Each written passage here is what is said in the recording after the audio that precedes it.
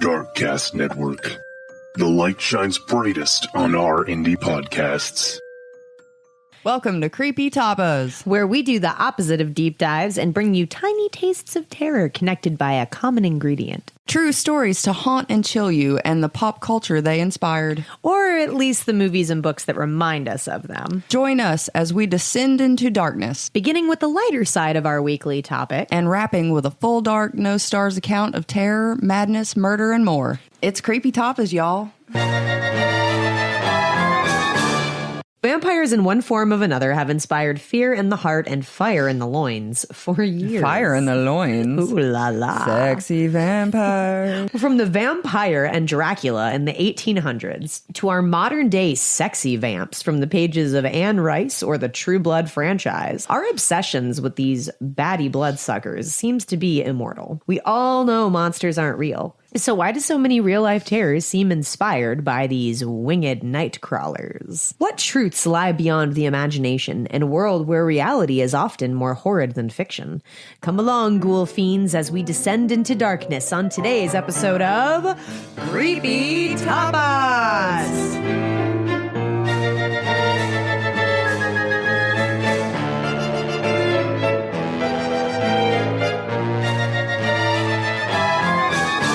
Hello, ghoul fiends! Welcome to another terrifying episode of Creepy Tapas. Today is a spooktacular part 2. Part 2. A vampire. I just sound like a cat again. You do. Jordan's vampire hiss just really sounds like a kitty cat. We'll get it figured. I don't know that we will. Halloween is right around the corner, and I'm not sure how the hell we're going to get it all done because we have so much going on. We really do. Yeah, it's insane. Why do we do this shit to ourselves? I don't know. And it happens every Halloween, too, that we get like way too busy to actually enjoy what's going on. Well, my kid's born too close to it, too, so I got all that shit to worry about also. Yeah, damn old Halloween adjacent birthday, you know. Friggin' birthday. I just got back from a Spartan race, photographing a Spartan race. And if you're not familiar with that, it's basically like Ninja Warrior. I don't watch that show. It ain't Ninja Warrior. Yeah, I don't know. I mean, kind of. It's like an obstacle course. They run. They actually don't run that much in that. They start running. Yeah, but not in Ninja Warrior. Oh, well, I don't have to. They just go through a little obstacle course. Well, these guys run through obstacle courses. I saw the most graphic thing that I have ever seen in my life and hopefully will ever see. I don't ever want to see anything like this again. I was photographing a monkey bar obstacle, which sounds pretty elementary. Yeah, literally elementary. You're like, oh, it's the fucking monkey bars. Yeah, like, what? You're on a playground. Everyone's doing the challenge differently. Some people are swinging like a monkey from bar to bar. Other people are like, there were a couple guys that like kept their arms at 90 the entire time, and they were like pulling themselves like up. It was insane. Like there were so many different ways. I've never seen so many different ways to do some monkey bars. Okay. There was even a guy who was like just kind of like letting go and like hopping forward with his own momentum. Okay. It was nuts. It was I don't know that I could do that. No. I couldn't even okay, these propel bars, yourself forward like a damn vampire. No, right? What? Yeah, they were fucking levitating. Maybe he identified as a vampire. Some of these muscles that I saw over the weekend too, these people were in great shape. So I was kind of thinking like, what supernatural shit did he sparkle? No. Well, there might have been some sparkling. It was just sweat though. It wasn't. Yeah, it was just sweat. Yeah, it wasn't glitter. No. And by the end of it, after they went through this like mud attraction, it definitely wasn't glitter. He was wearing glitter lotion. It's fine. Don't mind me. I like to look like a disco ball. That reminds me of Parks and Rec. Tom, did you put glitter in the fabric softener? I mean, why not? So this woman is doing the monkey bars with her husband. And, there were a lot of older couples there and stuff. These people were older, like our age. They were in their late 30s. Well, good for them when you said older couple. I thought like 60. Oh, there were people in their 70s. Okay, see? Yeah, it was amazing. But I digress. So this lady was going across the monkey bars and she slipped. I didn't see it. I was photographing somebody else at that moment. But I will never forget her screams when she fell, and she was just like, no, no, no. And she started calling her husband's name, and he came over, and I looked. Oh, her foot was completely the wrong way around. Ew. Was it just dangling there? I mean, she was laying on the ground, so there was no gravity to, like, I didn't see it dangle because they, like, put it up in a splint and stuff. You didn't see it dangle? I didn't see it dangle, but they, it was the wrong way around. She was laying on her side, and it was not the correct. Yeah, it don't go that way. It don't go that way.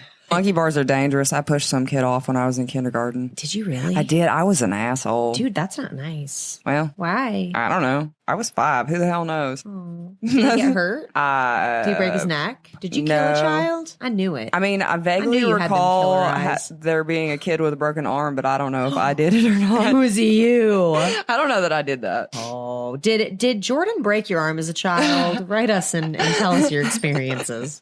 I didn't, hopefully. Violent creature. Always give your son shit. I know. Well, where do you think he gets it from? That's meaner than hell. Anyway, part 2 of vampires. That's what we're on about today.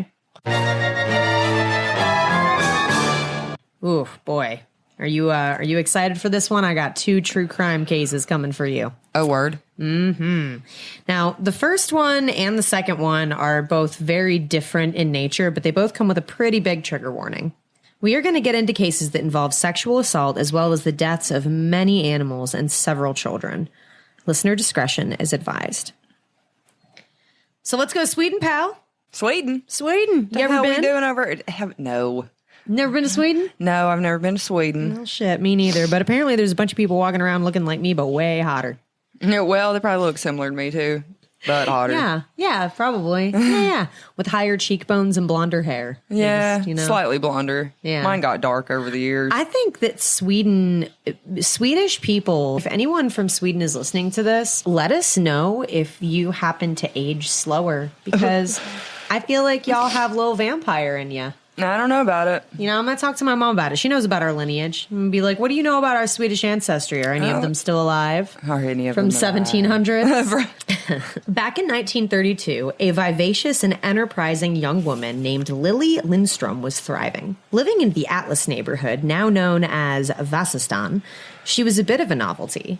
Not only was she striking in her appearance, but she was the only one in her neighborhood with a phone in her room. So, 1932, yeah. She had a phone in her room. She did. Well, that was because Lily was a call girl. So, So she was a sex worker who, instead of walking the streets pursuing Johns, people would call her. Okay. And thus why she had a phone in her room. Makes sense. Yeah, totally makes sense. Hit me up. Mm-hmm. This was a super new idea at the time, and Lily did really well for herself. People passing through Lily's house was not unusual. Men would just come in through, kind of all hours of the night. The front door and the back. Yeah. Well, no, I made that awkward. You just don't know it yet.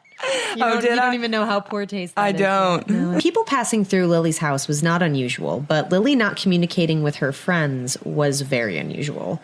Lily had visited her neighbor, friend, and fellow sex worker, Minnie Jansen, one evening, and she was asking to borrow condoms. This was, according to Minnie, not an uncommon occurrence. The following morning, Lily never showed her face, which was unlike the personable 32-year-old. After several days of radio silence, Minnie Jansen called the police, worried about her friend. She had no idea that she would be the last person to see her alive. On May 4th, 1932... Oh no, not on Star Wars Day.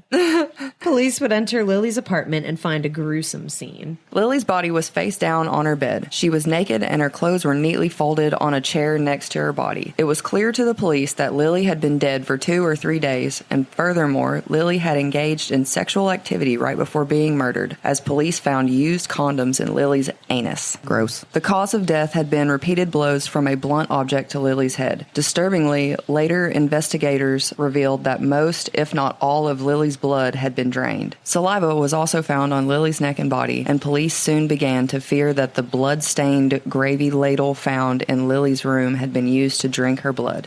Thus, the Atlas Vampire got his name. Despite the brutal and graphic way Lily was murdered, very little blood was at the scene, or even left in her body. This led investigators to believe the blood had either been consumed or contained and transported somewhere else. Just like my blood supply. I just keep some blood. Maybe someone needed a transfusion. That's like the only logical thing I can think of, is that it was the 30s and maybe somebody had like a bloodborne disease. Yeah, or something, and they were just like, we'll kill this sex worker because... Yeah, but how would they know that she was the right blood type if that was the case? Because you got to worry about that shit. You can't just stick whoever's blood you want in your veins. Maybe this was something they did and they traveled a lot. When were blood types discovered? They might not have known. 1900. Oh, see, So they knew knew about blood types. All Okay, right? they so let me see. knew. First blood transfusion was in 1795. So yeah, they were doing all that.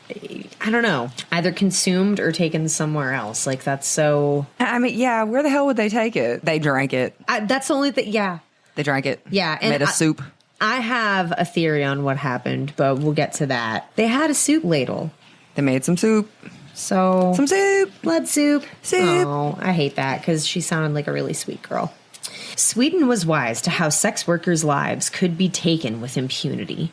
We have talked before about this notion that sex workers and minorities are less dead than the rich white people who get all the press and resources. Sweden had taken note during London's Jack the Ripper reigning terror upon the sadly forgotten underbelly of Whitechapel. This made Stockholm police focus right away on Lily's clients and any other men who frequently visited her boudoir in Atlas.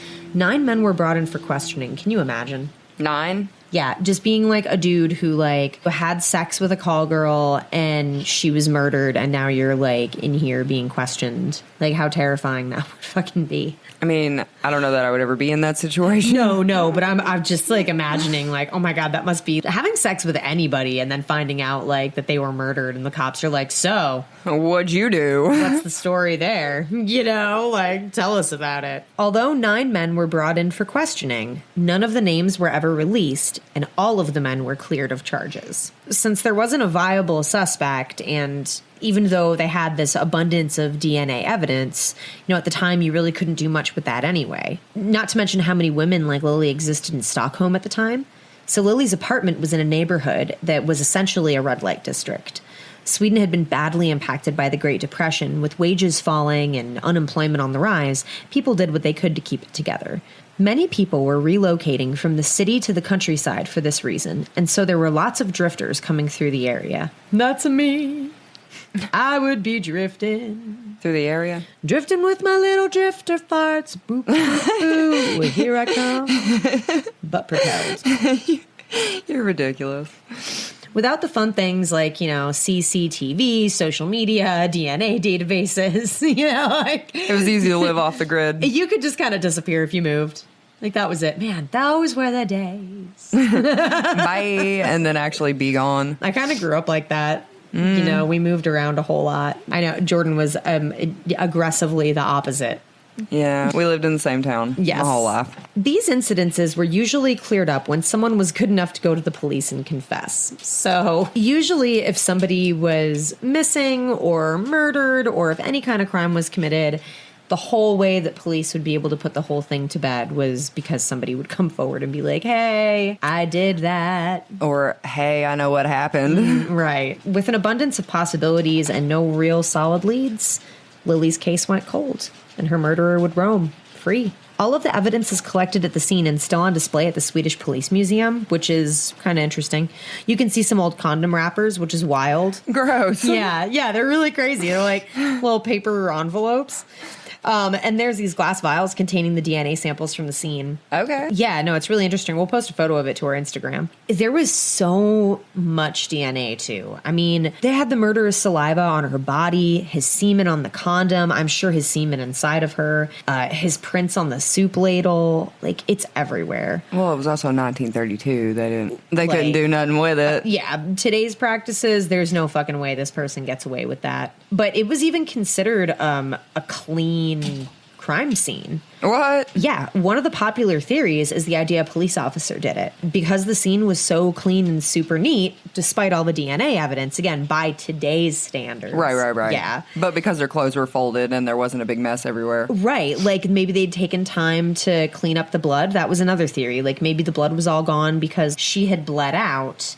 And then they just cleaned it up. Yeah, but I don't know. It's weird, man. We're not fucking Capri Sun packs. And she didn't, the thing is, she didn't have any kind of cut. Like, she'd had that blunt force trauma to her head, but she didn't have any huge lacerations. Well, I don't know.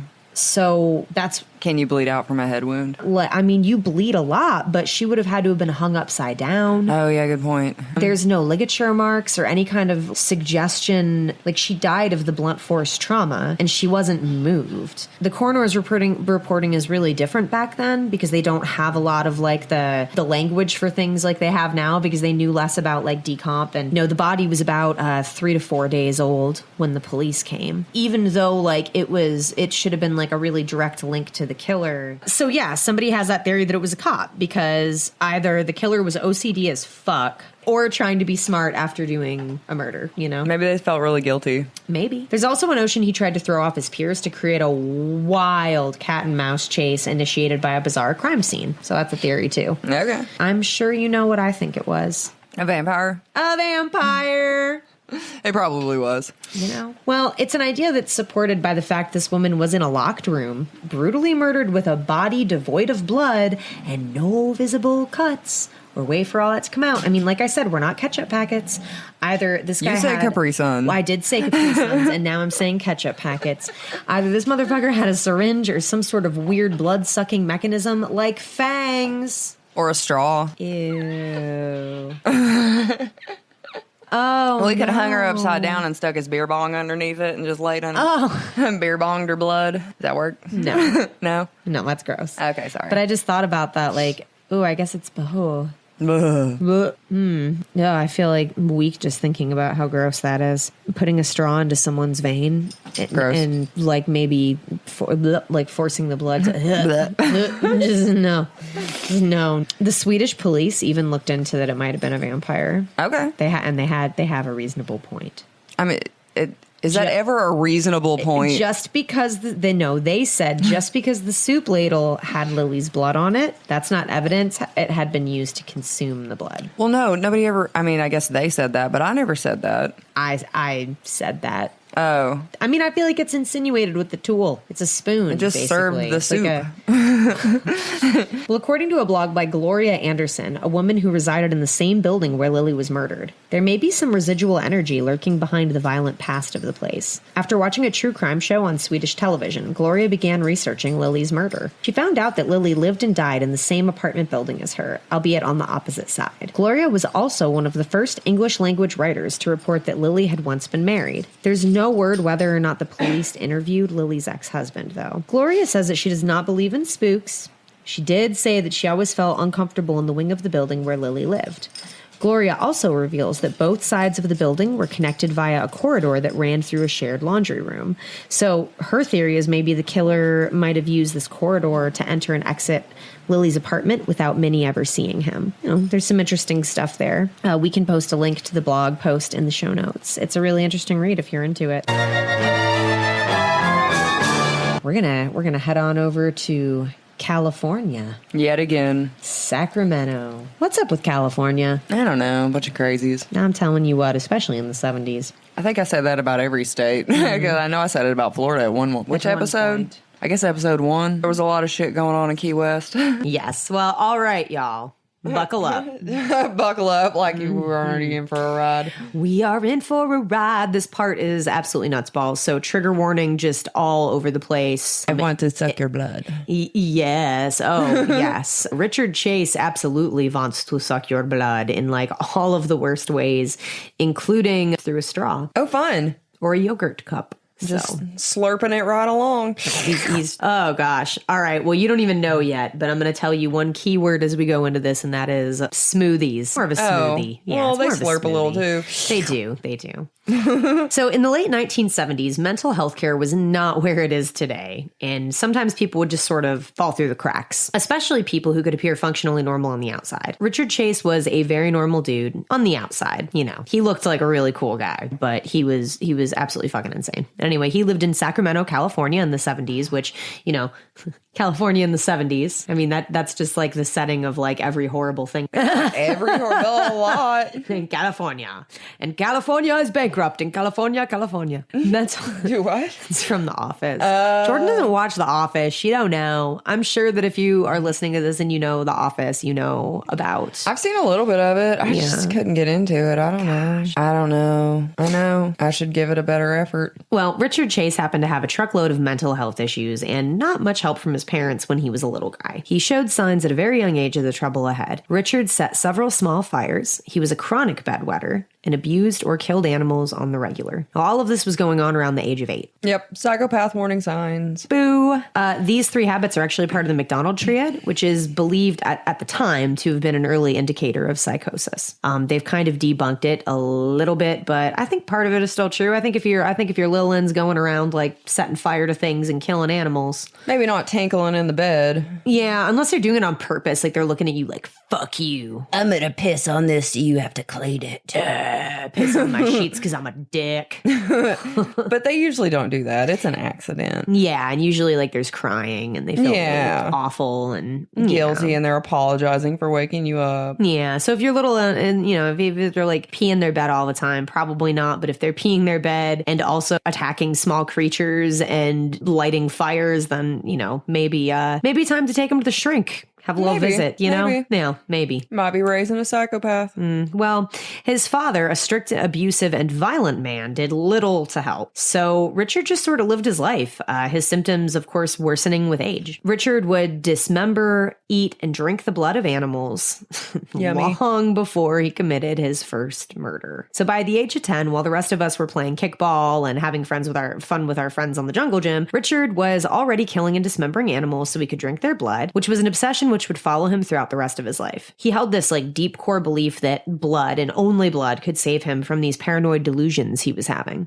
Richard's little sister stated like years later that she became afraid of him during his high school years and like she would never talk to him after he graduated. She said Richard had a phase where he would take a bath every 2 hours to quote improve circulation before like hardly ever cleaning himself. So he went through like this period where he was just like compulsively bathing because he thought it was like going to improve the circulation. Really just weird. A major catalyst in his life, Richard's father kicked him out of the house as a teenager and he turned to drugs and alcohol for comfort. Now, the later images of him are just like nasty, but in high school, like I can see it. I want to see. Okay. Yeah, okay. Yeah. He kind of looks like an actor. Like he's got a really I don't know what the guy's name is, smile. but he kind of looks like somebody I've seen in movies. Doesn't he? Yeah. And then he just looks like a pedophile. Yeah, and then he later goes through a weird time here where he's got like that 1970s like handlebar mustache. Porn stash. Good God. Everybody just, you look like a pedophile with that shit. Stop. Well, here's his mugshot. So years later, he would look more like that. Like a junkie? Like completely withered away. He's so skinny. He's very skinny. Oh, yeah, there's side by side. Oh, comparison pictures. Well, they don't even look like the same person. No, it's wild. It's wild. And, a lot of this stuff was, and I do know that like psychotropics are not 100% to blame for everything, but when he was turning to drugs and alcohol, a lot of the drugs that he was doing were psychedelics. And I think that if you already have, it's one of the reasons I never take acid. Maybe don't trap yourself in your brain if your brain's already fucked up. If you already have problems, maybe don't. I mean, acid trips can be fun. Yeah, I don't think that Richard Chase at any point they can also be needed super fucking scary from what I understand, but... Yeah. Anyway, the point of all that was cocaine's a hell of a drug, kids. You could probably use... Don't do hard drugs if you're psychotic. You could use his side-by-side images. We'll post it on our Instagram. You could probably use those as like a PSA for like staying away from drugs. I don't know. Have you seen those meth comparison pictures? Yes. Oh my God. Oh my God. Meth tears you up. Mm-hmm. But anyway, I could definitely see what the lady saw. Teenage me may have had a small crush. Grown-up me thinks he's a nice-looking young man, which, I'm sure that's how he floated by with all these like nasty little weird habits and thoughts rolling around in that noggin of his, People just were like, oh. Well, he looks all right. He's got a great smile. What's behind that smile? Seems to come from a nice family, Okay. Well, in high school, he had a few girlfriends, but he struggled to maintain relationships. He did have an erectile dysfunction. In high school? In high school. Ooh, that sucks. Yeah, dude. So he struggled to achieve or maintain an erection, and he knew enough to know that blood flow mattered when you're achieving an erection. So he figured he just must not have enough bad blood. Circulation. I mean, probably, yeah. I'm sure that was part of the baths, like what we were talking like with his sister, right? Where he was probably like, I just need to take like a fuckload of baths. But when Richard asked a psychiatrist like what the problem was and like if the issue was that he didn't have enough blood to have an erection, the psychiatrist heard all that and then told him that the root of his problems was actually repressed rage or mental illness. It was one of those things where he was like, hey, you should seek more help for this. But of course, Richard didn't. It was later discovered, though, that he had an aversion to conventional sex and he could only achieve arousal and orgasm through violent or fucked up acts like killing animals or having sex with corpses. Gross. So am I allowed to kink shame that? I really feel like I want to kink shame that. Yeah, that's not a kink. Yeah, that's fucking dead thing. That's gross. like knock that shit right off. Yeah, I mean, having a kink's one thing as long as they're alive, I guess. I don't...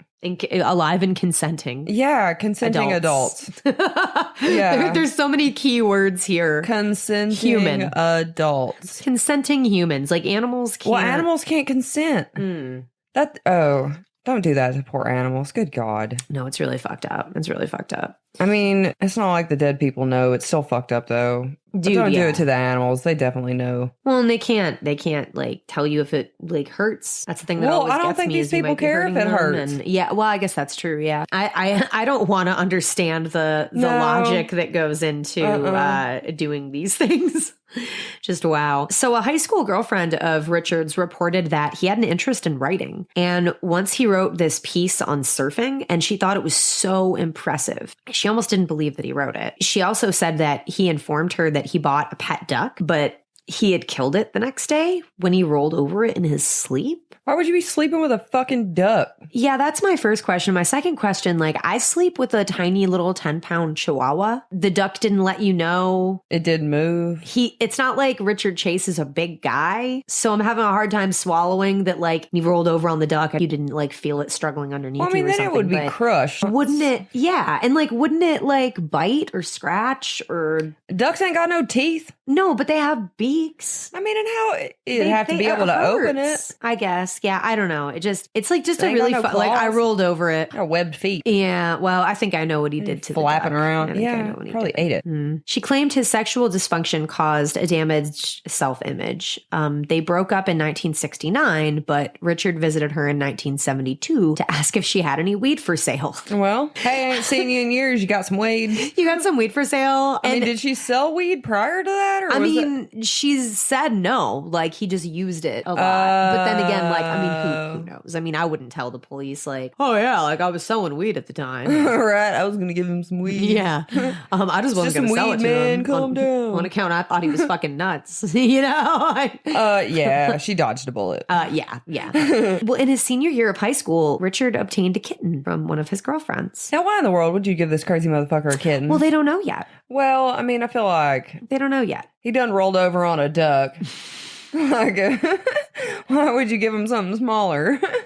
He raised the cat named Calico I was Kitten. sleeping with my gerbil and I accidentally suffocated it. Well, the animal, like the kitten grew up to be a cat. Oh, word? He didn't kill it? No, he didn't kill the kitten. Oh. He didn't kill the kitten. He bonded with it. He did. He raised it and he named it Calico Kitten. But that's a dumb name. It is a dumb name. But upon watching a television segment in 73 or 74 that was about a cat getting medical treatment, Richard went into a rage and he killed the cat and drank its blood. Gross. Okay. Yeah. He said he was angered that an animal could receive help when he felt he couldn't. Oh. So I guess that was his deal, as he saw like this show about like a cat getting like surgery or something and was like, God damn it, like it's not fair, blah. And then just like, it's not fair. Killed his cat and drank its blood. So because he's fucked up, everybody else is fucked up. It just has to stay that way too. I mean, yeah, basically. Like if I can't have help, nobody deserves it. Yeah, nothing should ever get medical care. People are so goddamn selfish. Well, also he's crazy. Well, I mean, I get that, but he's not the only one that does selfish shit like that. Yeah, absolutely. I mean, fuck this guy so hard. Yeah, mental issues, but Jesus, like he's going around like raising cats from babies and then killing them. Like,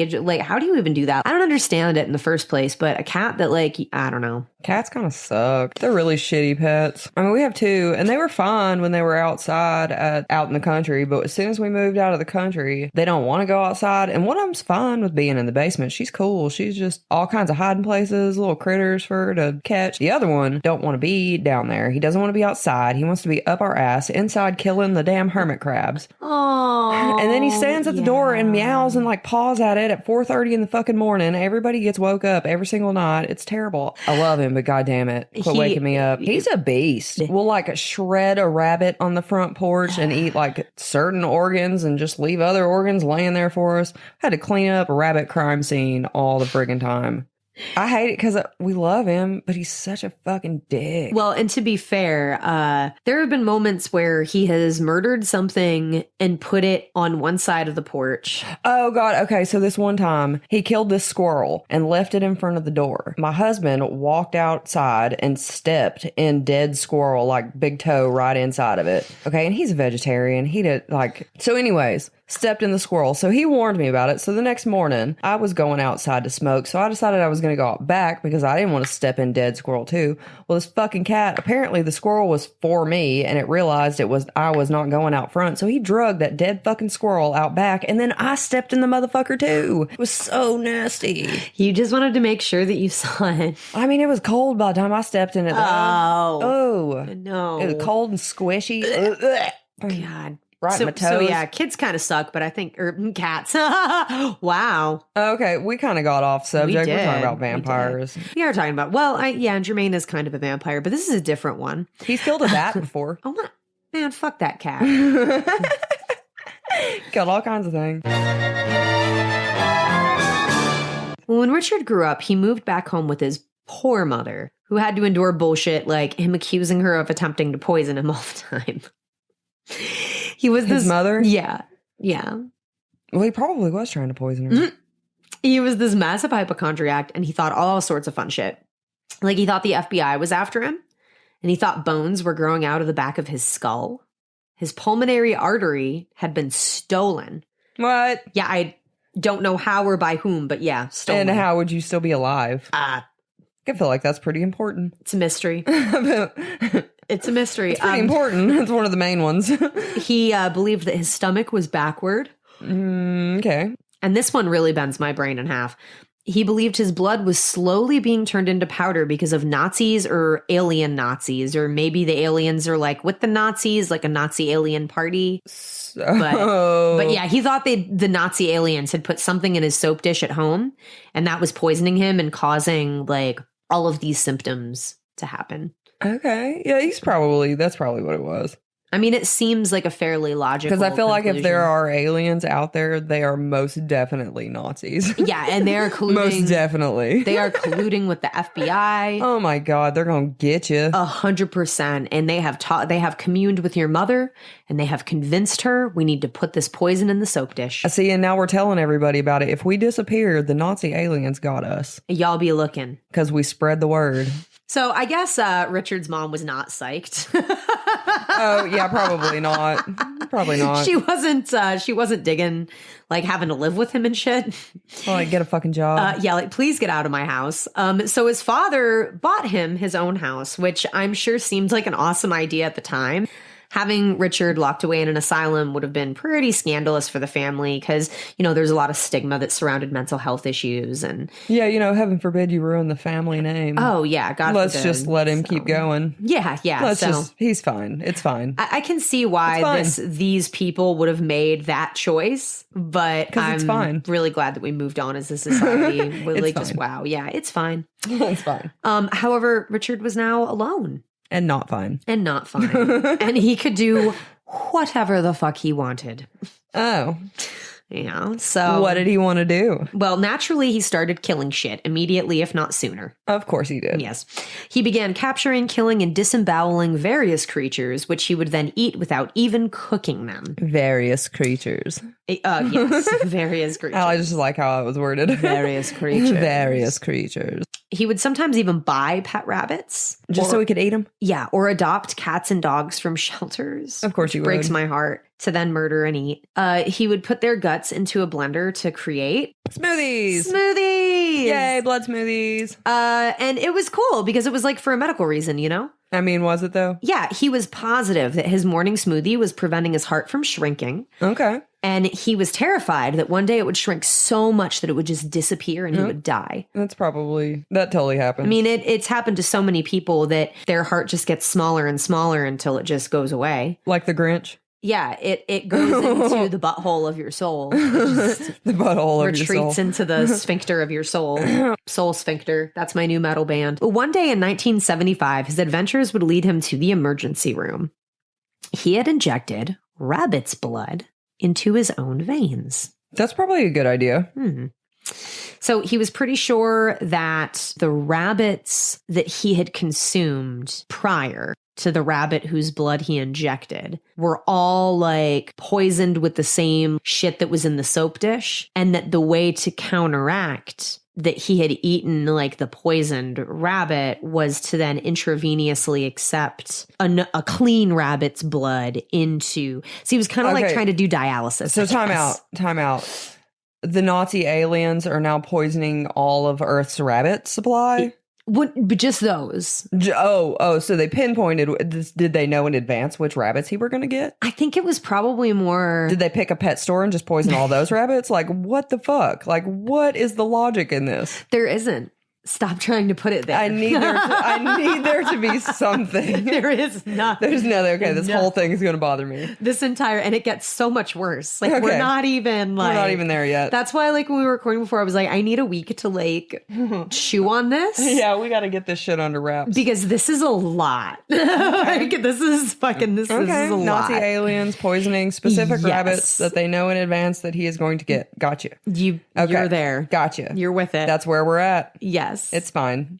It's fine. Well, once he performed rabbit dialysis, he, of course, got blood poisoning. Yes, of course. And once he explained himself, like, in the ER. They thought he was a psycho? Absolutely. So he was involuntarily admitted to the asylum. Richard would eventually escape. And I'm not talking about some elaborate Shawshank Redemption shit. He just walked the fuck out the door. He just walked the fuck out. Like, he was just like bye! I'm done. Bye. Bye. Bye.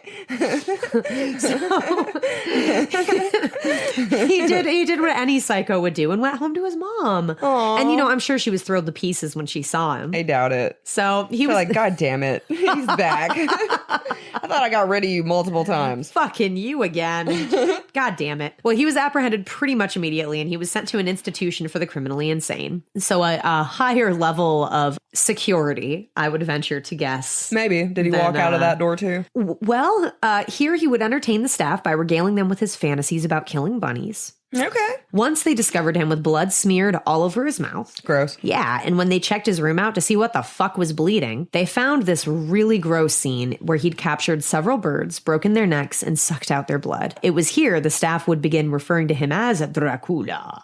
So was he catching birds out his window? Well, out of his window, but he would also go out to the yard during like outdoor activity time. Yeah, I get that, but aren't there other people out there? How the hell did they not see him catching birds? Well, he would snap their neck outside and then stick them in his pocket? Or wherever, probably like his underwear or you know what I mean? Rub it on like, his balls. in his asshole. Who the fuck knows? You can't This guy stuff is so a bird unhinged. in your asshole. I don't know. Maybe you can. I mean, I feel like that's a thing people know. Like, you can't stuff a bird in your asshole. People put gerbils in their asshole. Yeah, birds are bigger than gerbils. And I don't recommend sticking a gerbil up there. That's what if it animal was a finch? abuse. We don't know what kind of prison birds these were. It might have been a little guy. It's just the tiny little hummingbird. It'll be fine. This is conjecture. I don't know that Richard Chase put any kind of bird up his asshole, but you know what? It didn't happen. You can't fit a bird in your asshole. And I'm accusing him of it, and he, spoiler alert, is dead, so he's not going to come at me. He's not going to say, I didn't do that. I am going to go on a smear campaign about this motherfucker. It's like Richard Chase shoves fucking birds in his asshole. Okay. Well, that's what happened then. And you know what? It's fine. It's fine because fuck him. So after loads of experimental psychotropics were pumped into him. Birds in his ass. And he was deemed no longer a danger to society and released. No. Oh, yeah. No, he's fine. He's fine? He's fine. Okay. Now, I want you to remember something. We've been talking about this dude for almost 30 minutes. Yeah. And not yet. He hasn't even started killing people yet. No. It's definitely going to happen, though. I mean, and it's so obvious, like, as we're sitting here, like, in hindsight, like, reading through everything that he's like, oh, yeah, of course this guy ends up killing people. Of course this guy ends up killing people. I mean, how the fuck, even with, like, not knowing things back then? Jesus, guys. I mean, there were serial killers back then. There were psychopaths. I mean, it's not like they hadn't been introduced to it yet. right? Yeah, I mean, there were so many signs. Well, and, you know, the fact that this institution witnessed like disgusting blood scenes of birds and blood all over his face and all kinds of crazy other shit I'm sure that they witnessed while he was there, they still deemed him not a threat to society. Not a threat. Not a threat. He's fine. He's a threat to birds and rabbits, but he's fine. He's fine. He just had like blood smeared all over his mouth one day. It's fine. He was thirsty. It's well, and again, it's for medical reason. I mean, he's afraid his heart's going to shrink and go away. Like, I mean, his blood's powder. He's just making it better. It makes sense, you know. Does it though?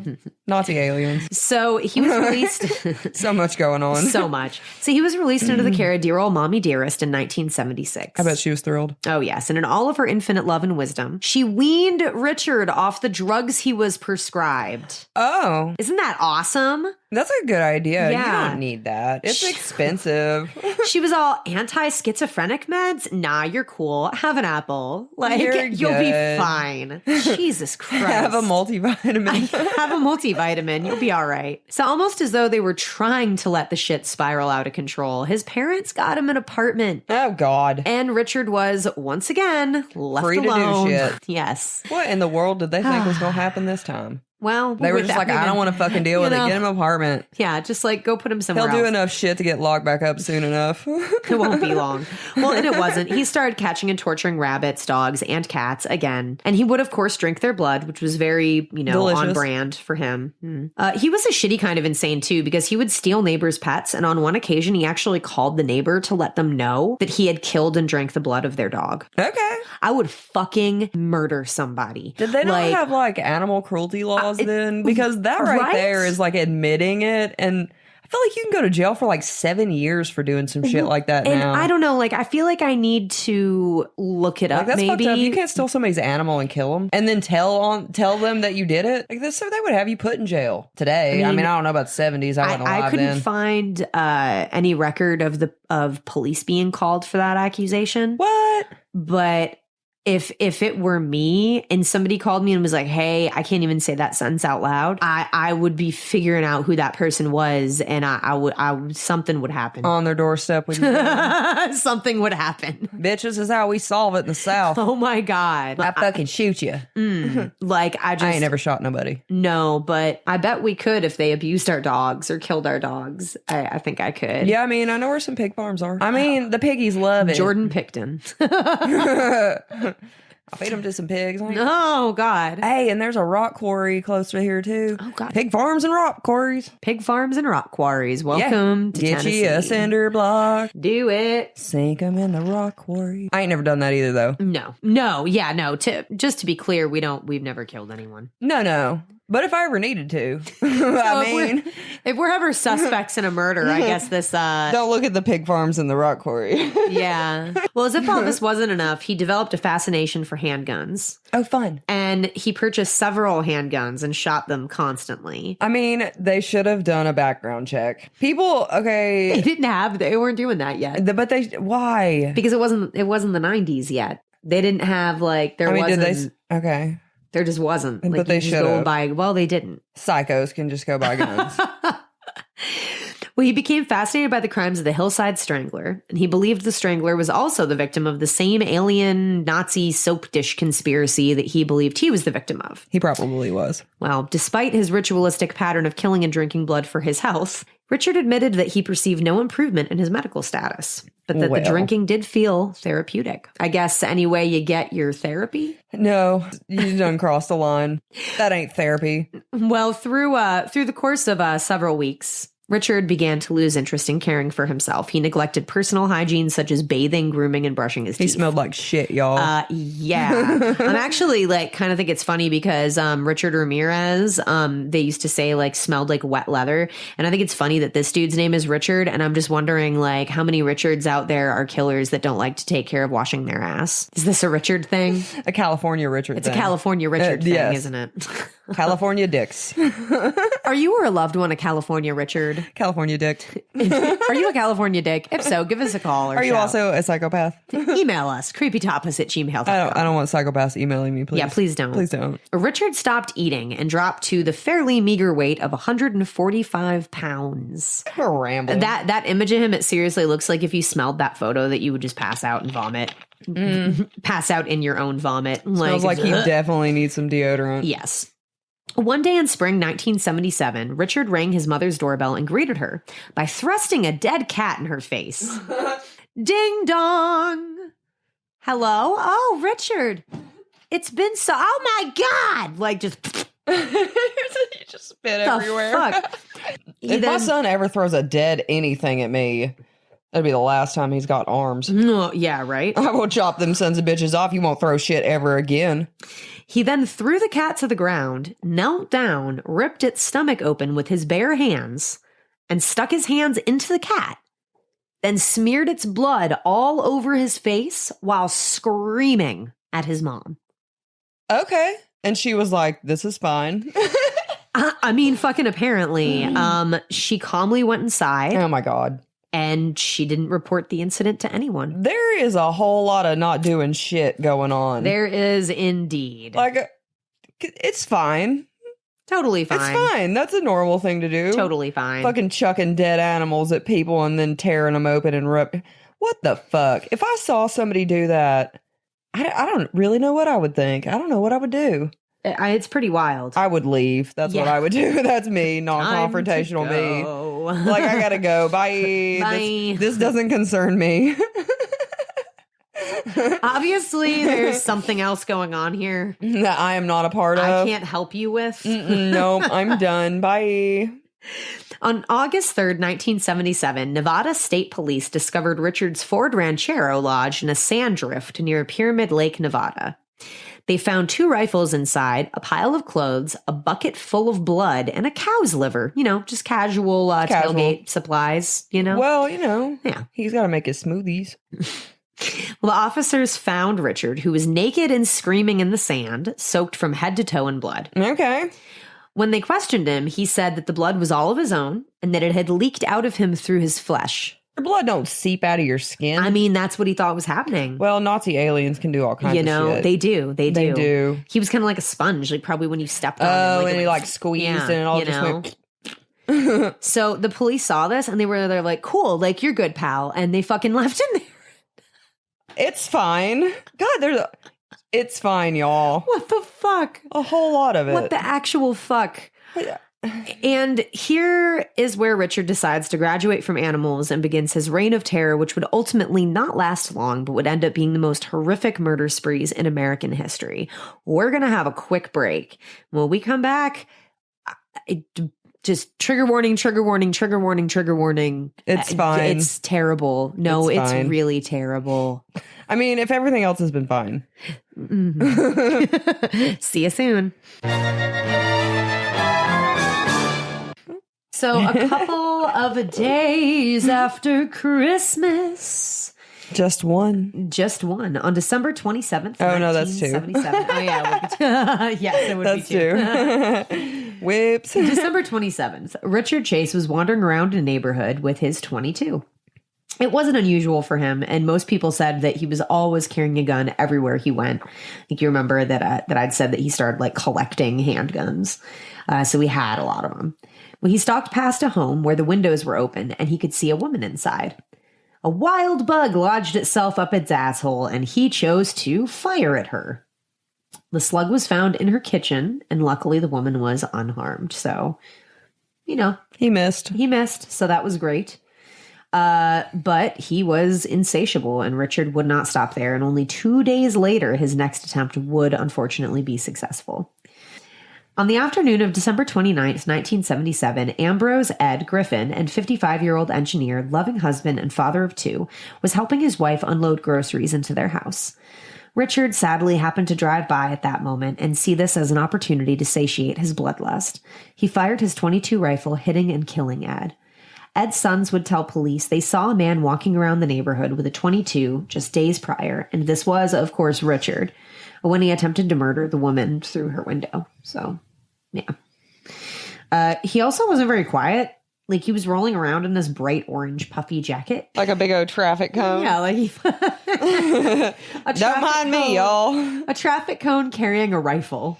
You know, why not? You know? It's fine. That's the moral of the story. It's fine. On January 11th, one of Chase's neighbors, Dawn Larson, she made a police report that she had a strange encounter with Richard Chase outside of the apartment complex where they both lived. I guess during the 6 months that they'd lived there, Dawn had said that she saw Richard carry 3 animals into his apartment, which was against the rules of their tenancy, and she never saw the animals come out again. Because he ate them. And made, like, smoothies and shit. Yeah. He was having, like, rescue animal Nutra bullets. Smoothies. Yeah. Gross. Disgusting. I don't think they had NutriBullets in the 70s. Did they not? Probably not.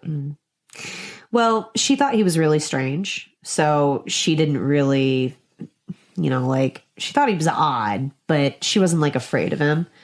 She just kind of felt bad for him because he seemed really lonely. So sometimes she would be nice and talk to him. Well, I guess he had stopped her to ask her for a cigarette. And when she was like, sure, you know, here you go, Richard physically restrained her until she handed over the entire pack. What? Yeah. So that must have been fucking terrifying.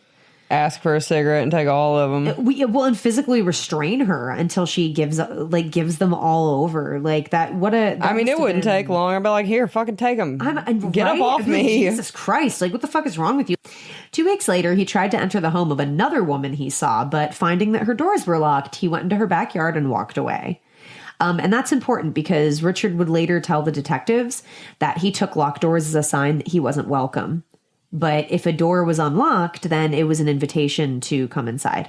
More vampire shit for you. You know, you got to be invited in. Well, it's weird. And when I was researching this, I couldn't find like any evidence that Richard is like a vampire fanatic or like interested in that like genre of anything. But I thought it was interesting. Like there's just so many things, like there's so many parallels with what he does in like vampire lore. It's really... would be odd if it wasn't kind of loosely inspired, you know? Right. This guy's a psycho. He's fucking out of his mind. While wandering around after deciding to not break into that house, he encountered a girl named Nancy Holden, who was a girl that he had attended high school with. He asked her for a ride, but she was frightened by the way he looked and his general weirdness, so she was like, no way, fam, and fucking just left. She just left his ass there. No, I'm good. Yeah, no, thank you. But he continued on down the street where he eventually found a knob that would turn. The home of a young married couple who were, thank God, not home. Richard stole some of their valuables, urinated into a drawer of their infant child's clothing, and Gross. defecated on their son's bed. What? Yeah. You're going to take a big shit on your bed. The couple came home while Richard was in the house. Can you imagine? Oh, God. The husband attacked him, but Richard escaped. Now, I can only imagine this would have been an intense ass-kicking if the husband had, like, physically caught him. I can't find more information about this one. Like, it seems like anyone who survived this dingus really wants to stay anonymous, which I get, but I kind of want to hear that story. Richard continued wandering around turning knobs until he came across the home of David and Teresa Wallen. Now, Teresa, or Terry as her husband called her, was 22 years old at the time. She was a new wife and going to be a mom soon. She looks like such a sweet and happy person too, like in the photos of her. We'll post photos of all of these people to our Instagram. She was 3 months pregnant with a little boy that they had planned to call Dane. And life was looking pretty awesome. She really liked camping with her husband, and she was super excited to become a mom soon. David worked as an executive at a linen company, and he was on the way to work the last time he kissed his wife goodbye. A 250-mile round-trip day, he would be away from home for a while, and Terry was busy doing the usual stuff around the house that you do. Taking out trash in the middle of the afternoon, you know, that seems like a fairly innocuous thing, and leaving your door unlocked shouldn't be an issue.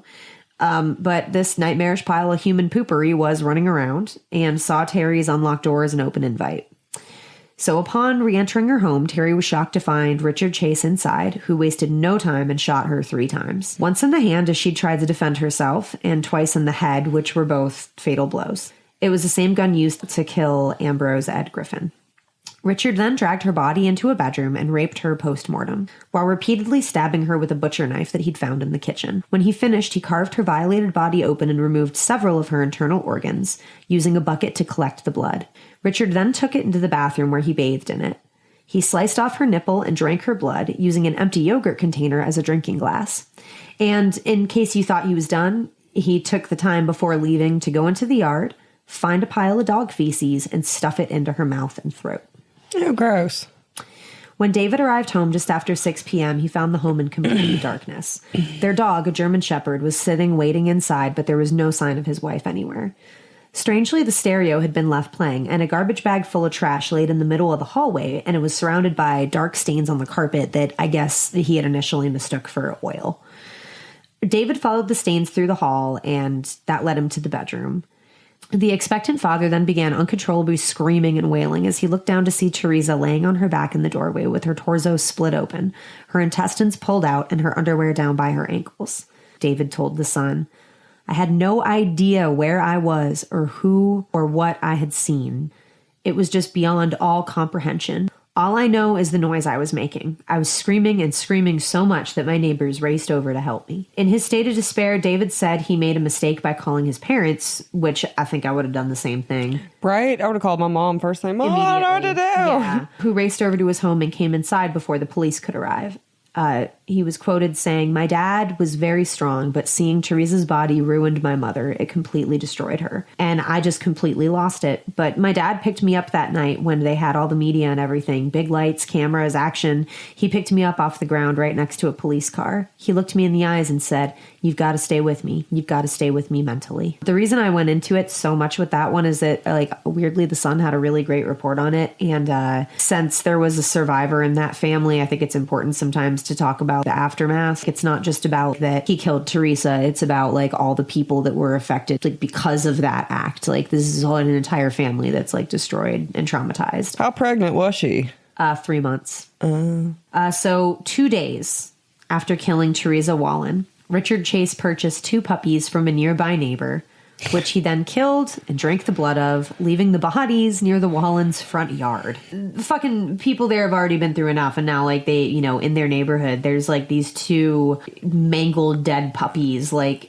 just placed in random yards? Was it their yard? No, a neighbor's yard, but it was, like, near. Like, where they definitely saw it. Yeah. Which, we'll talk about it. You know, like, he was declared, I think, unfit to stand trial. Yeah, I mean, he's clearly got several issues. So on January 27th,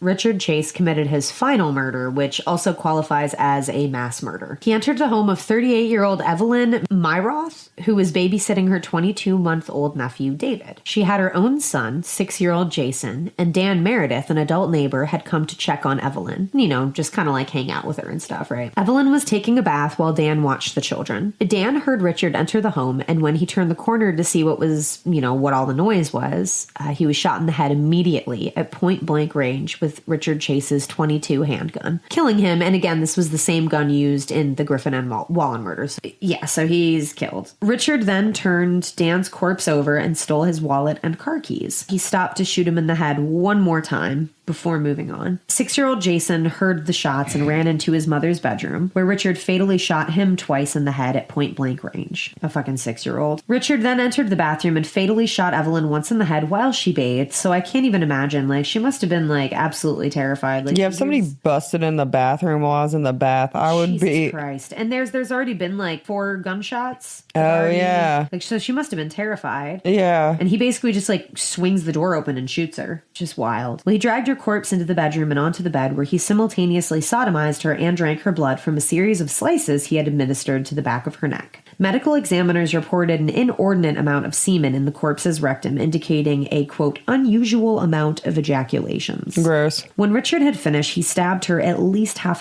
times in the anus, the knife penetrating her uterus. Oh, God, that's a hard sentence to say. He stabbed her in a series of vital points in her body, and that caused blood from her internal organs to pool down into her abdomen, which he then sliced open and drained into a bucket. God, at least she would... I mean, she died from the shot, right? Yes. Okay. Yes. It's like, good God. And I guess... Not that it makes it any better, No. but at least she wasn't alive for the rest of it. And, you can see the sexual frustration here, too, because he treats the men different. Like, he just kills the men, but, like, the women, he violates. Like, he rapes their corpses afterwards. And then mutilates them. Yeah. Specifically in their, abdomen. So... What a fun time to be a woman. Yeah, I know, right? Well, it's always been a fun time I know. to be a woman. Yeah, that's true. Life's terrifying as a woman. All the time, yeah, it's just terrifying. Richard consumed every drop of her blood that was in the bucket. He then went to retrieve David, the 22-month-old baby's corpse. He shot the baby? Yeah. Well, I heard you say he shot the 6-year-old, but I didn't know he went and shot the baby, too. What the fuck's that baby gonna do? None of it makes sense, so... No, I forgot to mention that, actually, that he'd shot David on the way to kill Jason. So, yeah, he had shot the baby. Well, Richard then went to retrieve David's corpse. He took his body to the bathroom and split his skull open in the bathtub, consuming some of the brain matter. Now, Jason, the 6-year-old who he had just murdered, had a play date, and she was coming to knock on the door, which freaked Richard out. He ran outside, stole Dan Meredith's car, and the girl alerted a neighbor.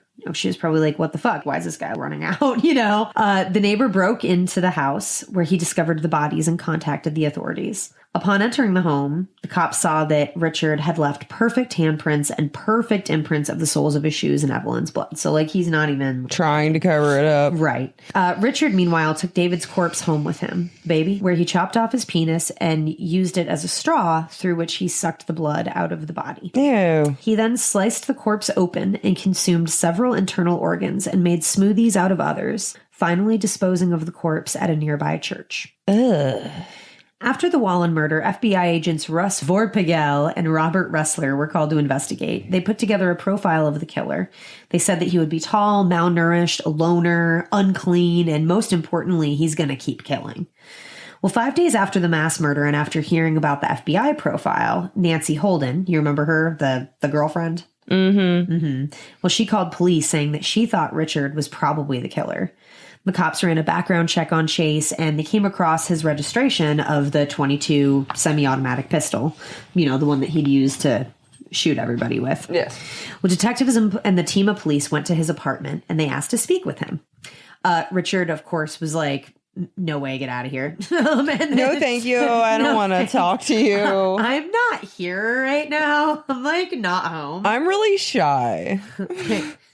I'm afraid of cops. Bye. Bye. Come back with a warrant. Yeah. The detectives and the police hid down the hallway and waited for Richard to leave. And then they arrested him when he left the apartment.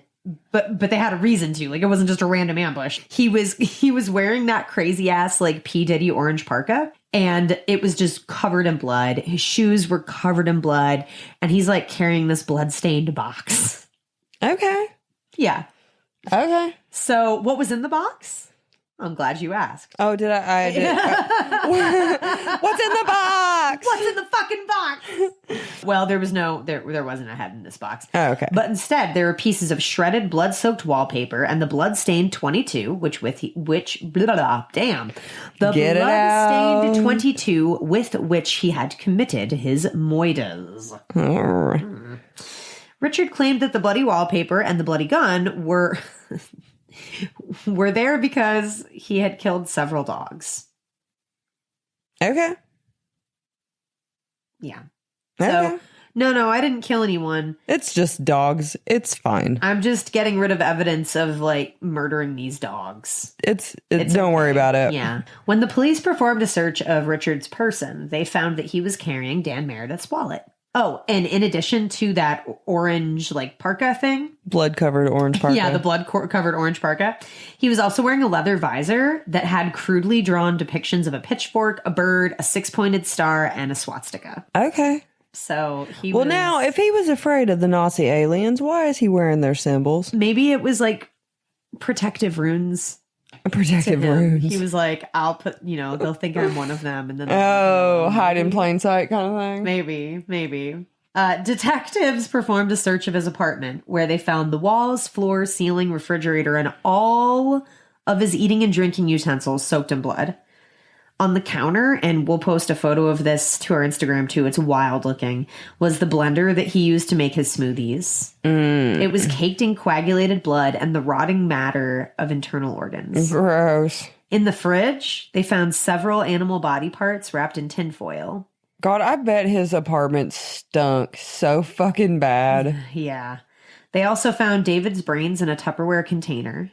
The baby David. Yeah, I remember David now. And pieces of David's body wrapped in saran wrap. They also found several of Evelyn and Teresa's internal organs. On another counter were several pet collars, and on his kitchen table, he had spread out numerous diagrams depicting various aspects of human biology. Gross. Yeah. Real horror show. In 1979, he stood trial on 6 counts of murder.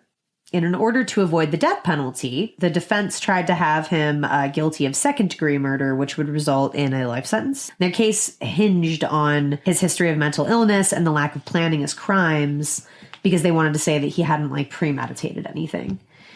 But he was fucking crazy. I mean, I don't know, I think there was a degree of premeditation because he fucking... he's walking around with that fucking gun just looking for someone. And, trying people's doorknobs and shit. Yeah. He had every intention to do that. Yeah.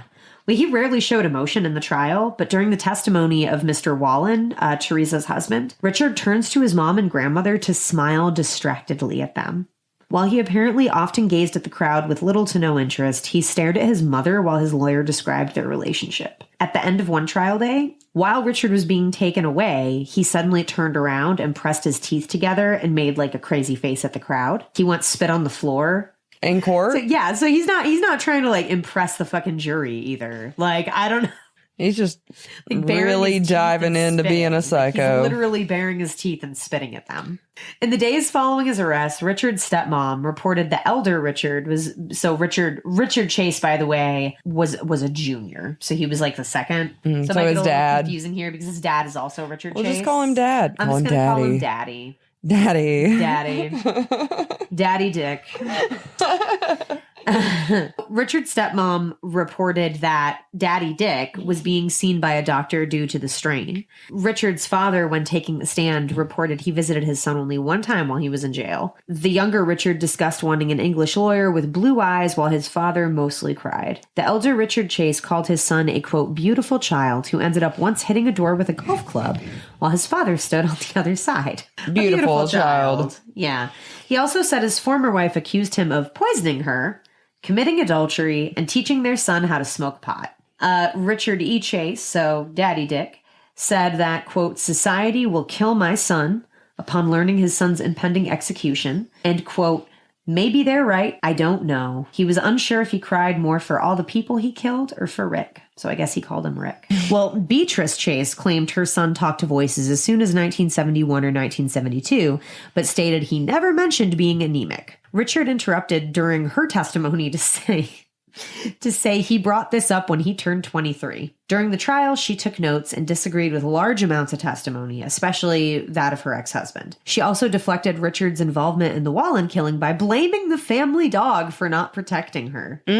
So, Teresa died because the German Shepherd was just, not aggressive enough. Your dog sucks. Yeah, your dog sucks, and that's why your wife is dead, so my son didn't do anything. If your dog actually cared about you, it would have protected you. So that's on you. Yeah, it's not my fault. Get a better dog. Yeah, or train it better. Yeah. After his testimony, Mr. Wallen directed the comment, some son you have, towards her. I mean, good. I hope that cut her like a fucking knife. I mean, she sounds like she cares about that kind of shit, though, appearances. Some son you have. She was probably oh my God, people are realizing that he sucks. Yeah. And that it's not fine after all these years. Turns out it wasn't fine. Yeah, it turns out that you shouldn't just keep getting him apartments. Turns out when your son shows up and throws a dead cat in your goddamn face, maybe you should pick up the signs. Yeah. Maybe you should call somebody. Yeah. Jesus Christ. Have him forcefully committed. What the fuck? Well, it was absolutely wild. The level of neglect. I mean, this was still pre-murdering people. You Yeah. could have stopped this. Oh, 100%. 100%. But it's those people's dog's fault.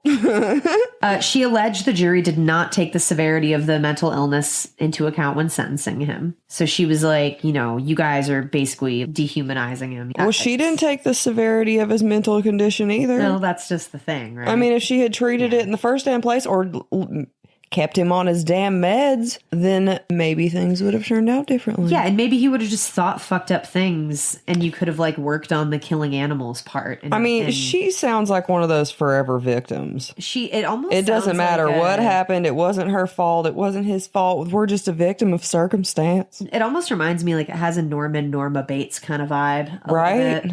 I think the only thing we're missing here is an Oedipal desire to fuck his mom. He doesn't have anything like that going on and that I could find. Well, maybe once she dies. Gross. Ew. A psychologist, John W. Adams, reported Chase, quote, tends to dehumanize females by treating them with, quote, overt tenderness to cover an airy attempt and refusal to take them seriously and as exploitable. This report linked Chase's relationship with his mother to his ruthless aggression. Chase displayed an immature personality and is sexually inept. He also stated Chase's IQ is 88, although other sources have claimed the number as 95. 95 still... It's low.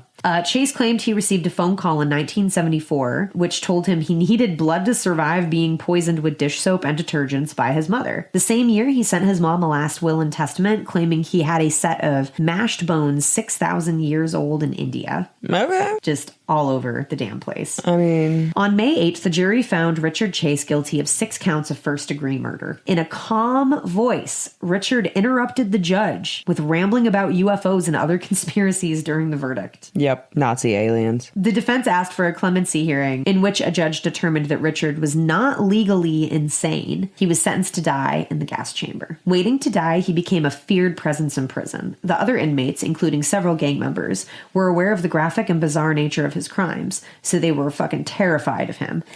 They didn't want anything to do with his ass. Yeah. Me neither. Same. I don't want to get eaten, thank you. These poor men are sitting in this prison here's the inequity of the fucking prison system in the U.S. I got caught trafficking pot, and I'm sharing a cell with this motherfucker. Yeah.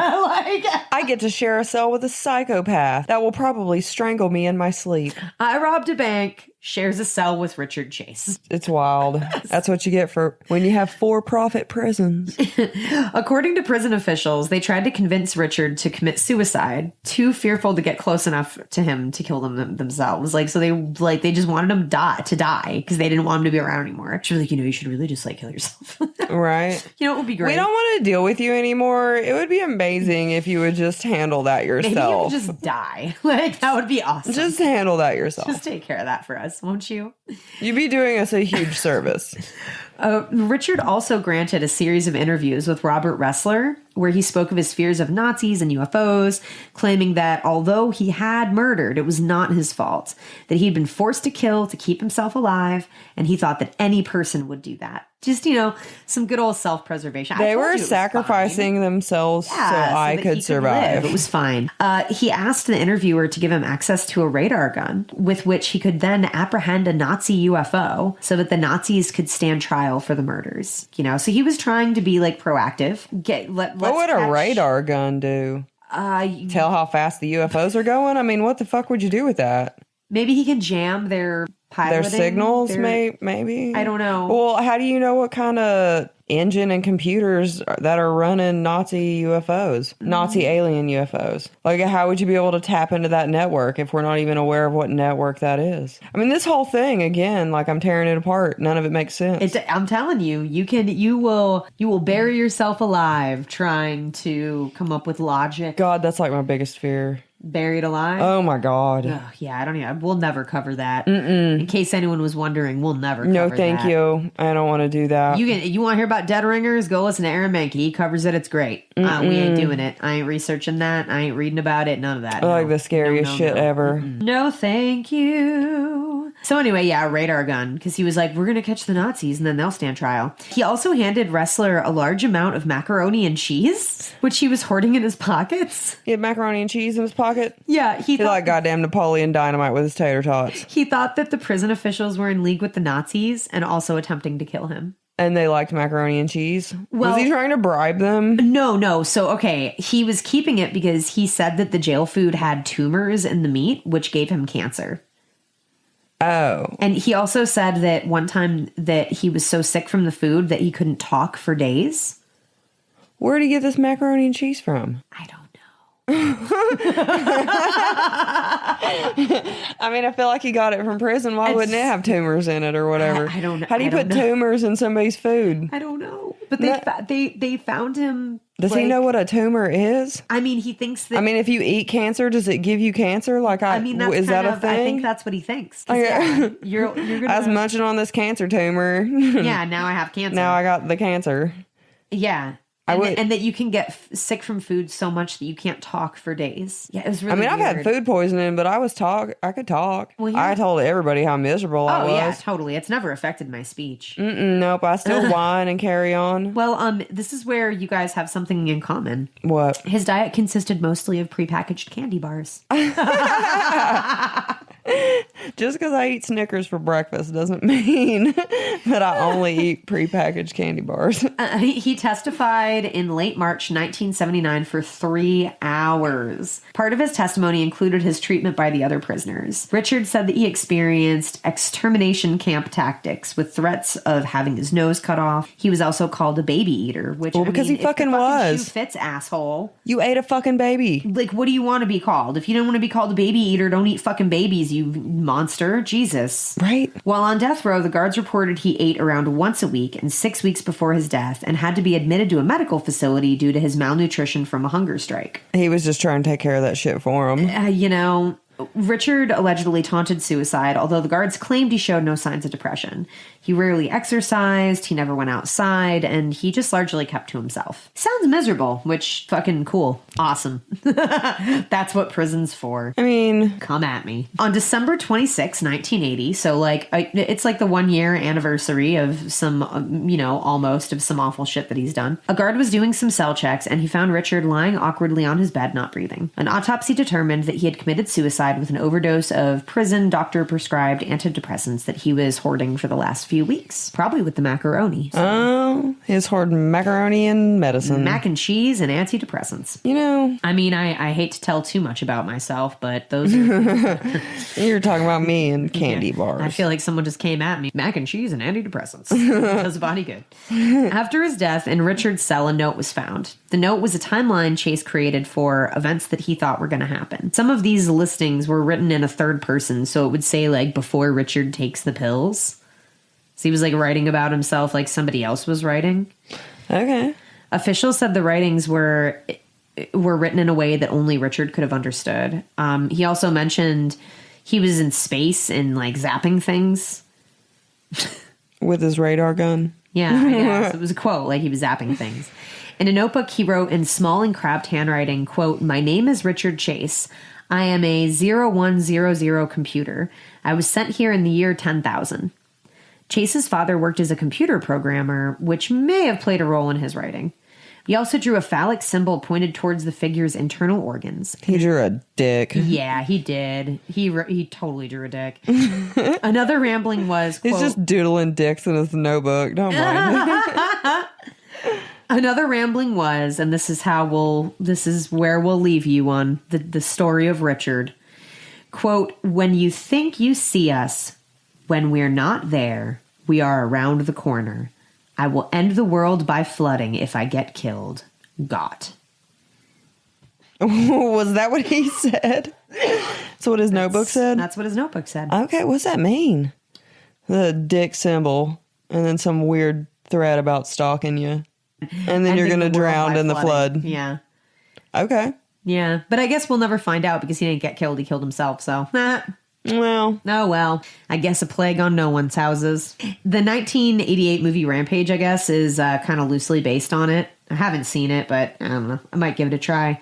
But there was also another fun media reference here where the prosecution compared Richard Chase's mental illness to a Waylon Jennings song called "I've Always Been Crazy, but It's Kept Me From Going Insane." Okay. Yeah, that's the story of the Vampire of Sacramento. That's a fun story. It was It was fine. It was nuts. It was nuts. That dude is nuts, man. Yeah, he nuts. was fucking nuts. Yeah, Jesus. His whole life, and like nobody ever even attempted to catch it. Or they did see it and just did nothing about it. Yeah. Because, again, it was fine. It was fine. It's totally normal for someone to knock on your door and throw a dead cat in your face, tear it apart, and start rubbing blood on his own face. That is a normal thing. It's, yeah, if your kid does that, they're probably fine. I'm sure they're fine. Yeah. Yeah. No big deal. Thanks for listening, and keep creeping it real, y'all. Bye. Bye. Bye. If you want to keep up on things, you can hit us up on all social media. All of them. At Creepy Tapas. That's right. We're just Creepy Tapas. All over the damn place. Creepy Tapas is a free podcast, and we intend to keep it that way. But if you like what you hear and want to support us, please like, rate, and review. It helps us grow so we can keep serving our tiny tastes of terror to amazing listeners like you. We would love to hear from you, so send us your personal stories to creepytapas@gmail.com. We are self-written and recorded with production by Freddy Cat Productions, music by Kevin MacLeod, and graphics by Panther Creek Graphics. Darkcast Network. The light shines brightest on our indie podcasts.